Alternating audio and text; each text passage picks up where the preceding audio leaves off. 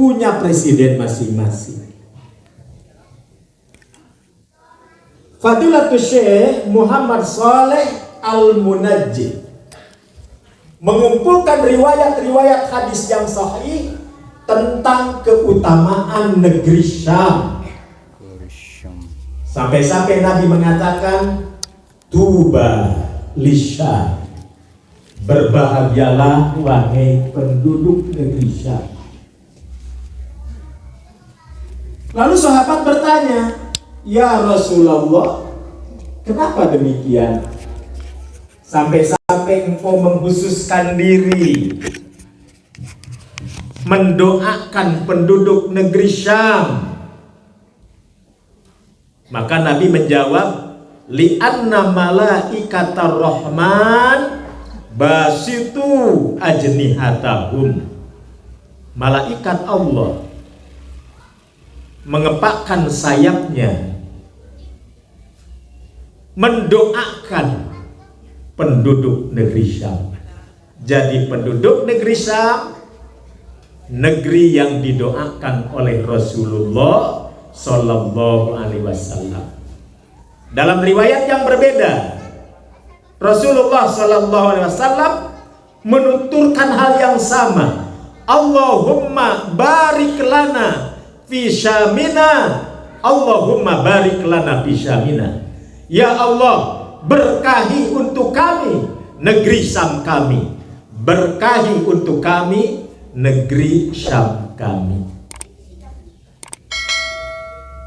Al-Hafidh Imam Ibnu Katsir ketika menafsirkan suratul Isra, surat Al-Isra, atau disebut juga surat Bani Israil, ayat pertama yang menunjukkan bahwa Rasulullah diisrokan oleh Allah dari Masjidil Haram ke Masjidil Aqsa, dari Masjidil Aqsa diangkat ke Sidratul Muntaha. Al-Imam Jalaluddin As-Suyuti mengabadikan dalam kitab yang khusus Al-Isra wal Mi'raj. Imam As-Suyuti, Imam Ibnu Rajab Al-Hambali menulis kitab khusus Al-Isra wal Mi'raj. Nah, jadi negeri Syam adalah negeri yang didoakan secara khusus oleh Rasulullah Sallallahu Alaihi Wasallam. Secara pribadi, bahkan semua kita wajib percaya, bagaimanapun dahsyatnya perang berkali-kali, berpuluh-puluh kali sampai detik ini, insya Allah Allah akan menjaga kekuatan penduduk negeri Syam. Allahu Akbar. Yakin? Hadisnya sahih. Jadi Rasulullah mendoakan secara khusus penduduk negeri Syam. A'udzubillahi minasyaitonirrajim. Subhanalladzi asra bi 'abdihi lailan minal masjidil haram ilal masjidil aqsa alladzi barokna haulahu. Kalimat alladzi barokna haulahu, kata para ulama sebagaimana dinukilkan Al-Hafidh Imam Ibnu Katsir, adalah negeri-negeri dalam radius Baitul Maqdis. Negeri-negeri dalam radius Baitul Maqdis maksudnya negeri Syam. Jadi negeri Syam itu mana? 1. Palestina, 2. Syria, 3. Yordania, 4. Libanon. Itu negeri Syam. Israel masuk? Israel masuk? Kenapa tidak?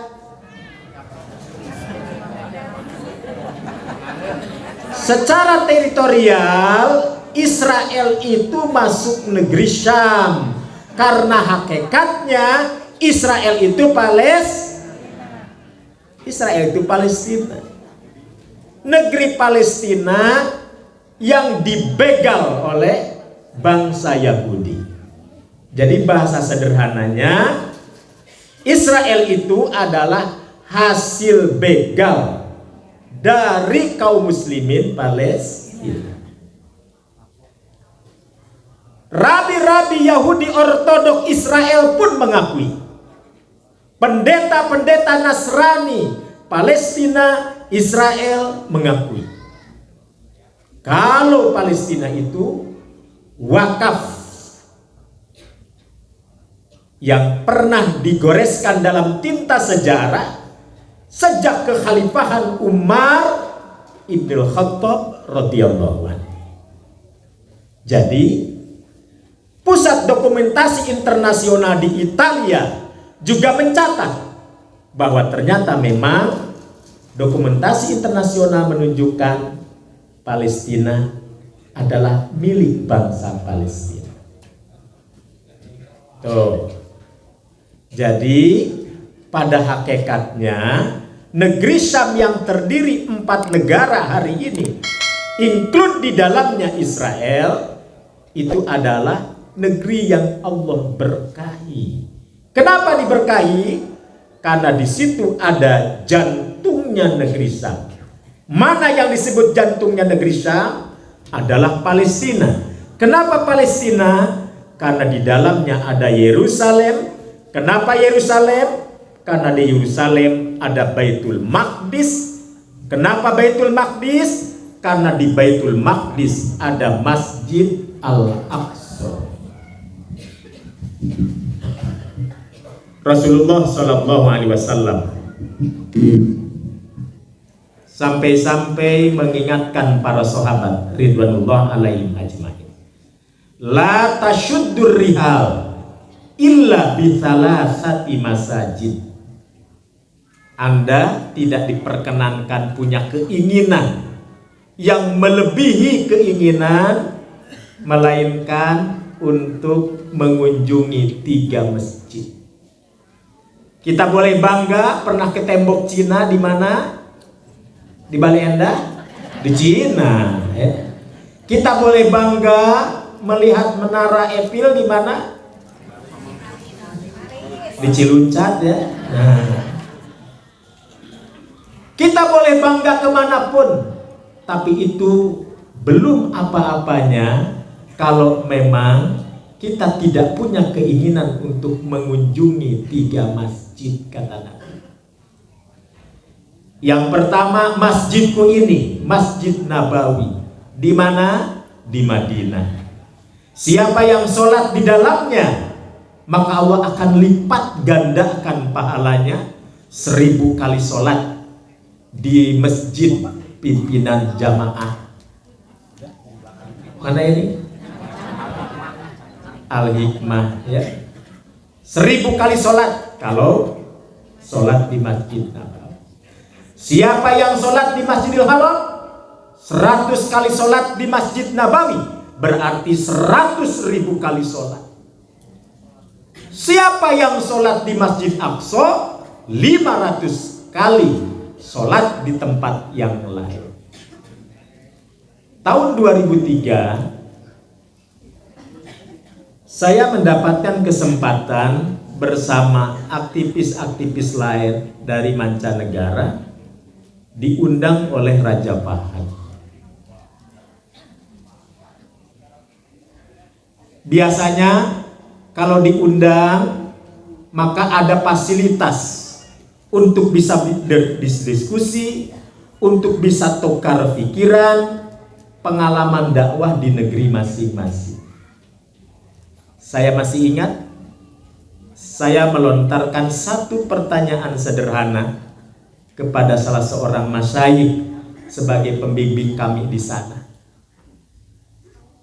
Pertanyaannya, umat Rasulullah Sallallahu Alaihi Wasallam sudah begitu familiar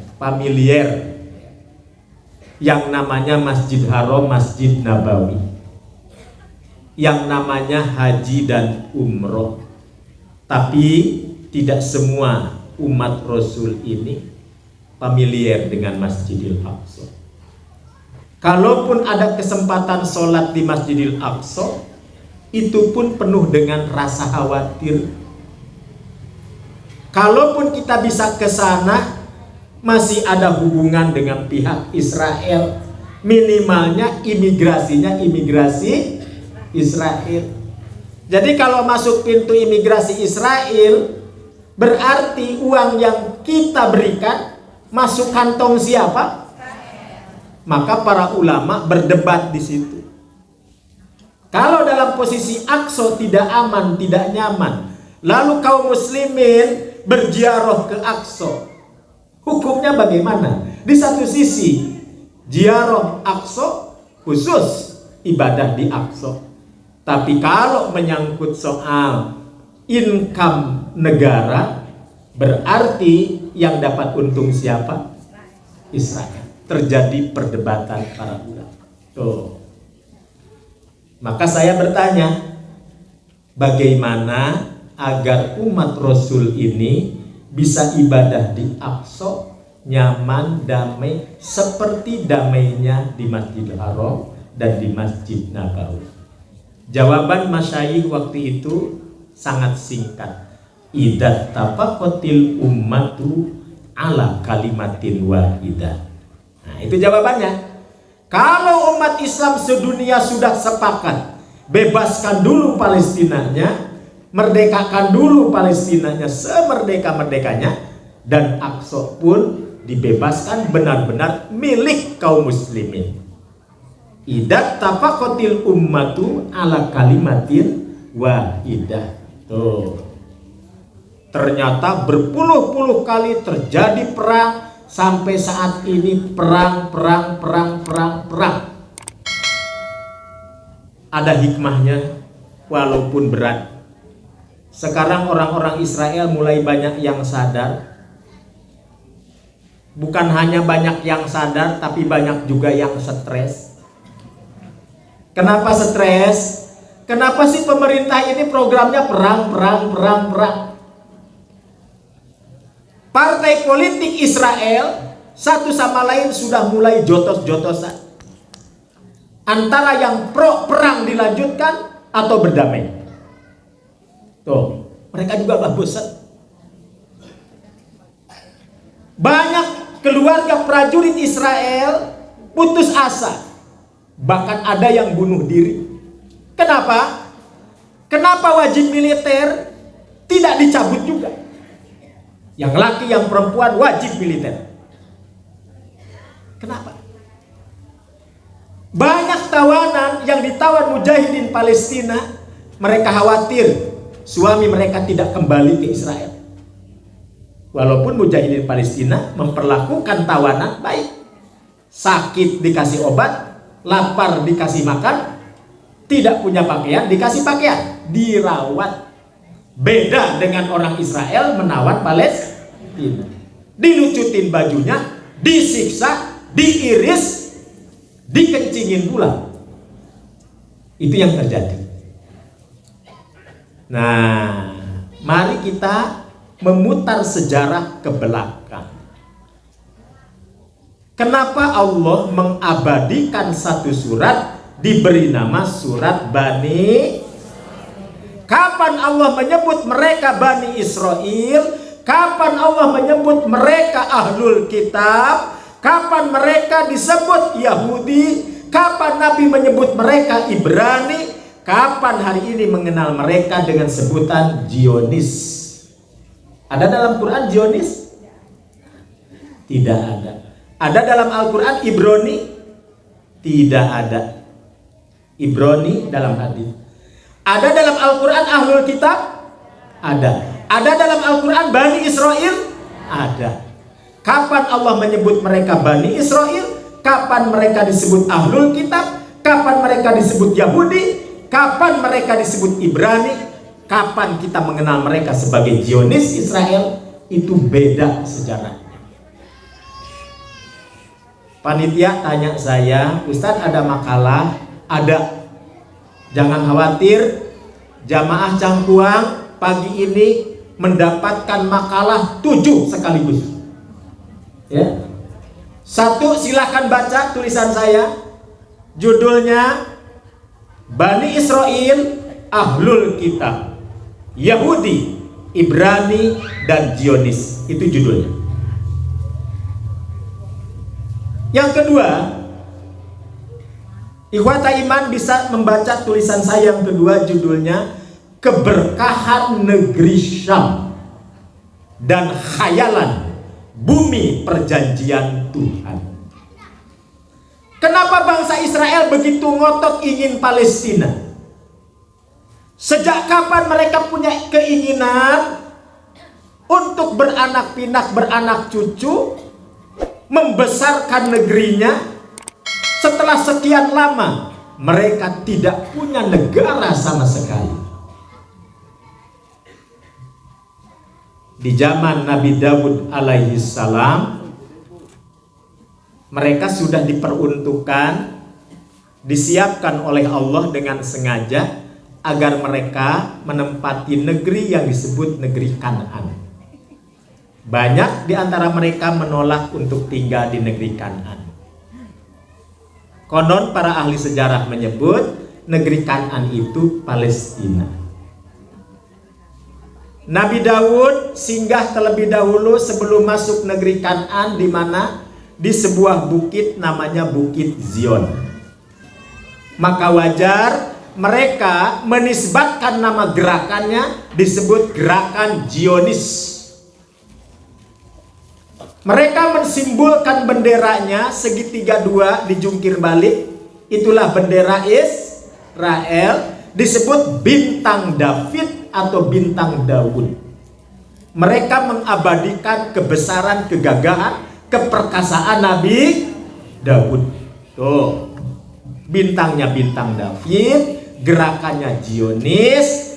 Ketika mereka ingin memproklamirkan negerinya hasil pembegalan dari masyarakat Palestina, mereka ingin menyebutnya dengan negara Israel Raya. Siapakah Israel yang sebenarnya? Siapa, Bu? Siapa Israel yang sebenarnya? Ayo. Israel itu bahasa Ibrani. Isra artinya kekasih. Il artinya Tuhan. Israel artinya kekasih Tuhan. Sama seperti Khalilullah, Khalilur Rahman, kekasih Allah, gelar Nabi Ibrahim. Dilanjutkan oleh cucunya, namanya siapa? Yakub bin Ishak bin Ibrahim. Bu, Nabi Ibrahim gaduh bojo kahiji saha bojona? Sarah atanapi Siti Sarah? Sarah atanapi Siti Sarah aya Sitian teu? Ari Siti bahasa naon? Siti teh kawit nama bahasa Arab Sayyidati. Ngan ku urang cangkuang disalenggorkeun jadi Siti. Sayyidah, Sayyidati. Muncek orang Sunda mah Siti teh ai, Nyimas, Neng, ya, Neneng, ya, Uni. Nah, di Udia protes loh. Ketua cabang protes, Uni katanya. Baik. Jadi Sarah melahirkan anak, namanya siapa? Nabiullah Ishak alaihissalam. Nabi Ishak melahirkan siapa? Yakub alaihissalam. Yakub punya istri. Berapa istri Nabi Yakub? Berapa istri Nabi Yakub? 4. Dari 4 istri Nabi Yakub punya turunan anak berapa? 12. Satu di antaranya ada yang bernama Yahuda, Benyamin, dan lain-lainnya. Anak cucu Nabi Yakub berarti diberi gelar Bani Israil. Berarti Israel tuh turunan Nabi? Turunan Nabi. Ari bapak ibu turunan Nabi? Nabi sami. Memangnya turunan saha? Turunan Nabi Adam. Nah, sanad keturunan Bani Israil ke Nabi Yakub, Yakub ke Ishak, Ishak ke Nabiullah Ibrahim. Nabiullah Ibrahim gaduh bojo deui saha? Siti Hajar. Siti Hajar gaduh putra saha? Ismail. Ismail gaduh turunan saha? Nah, mulai repeh. Ismail gaduh turunan saha? Bani Adnan. Bani Adnan gaduh turunan saha?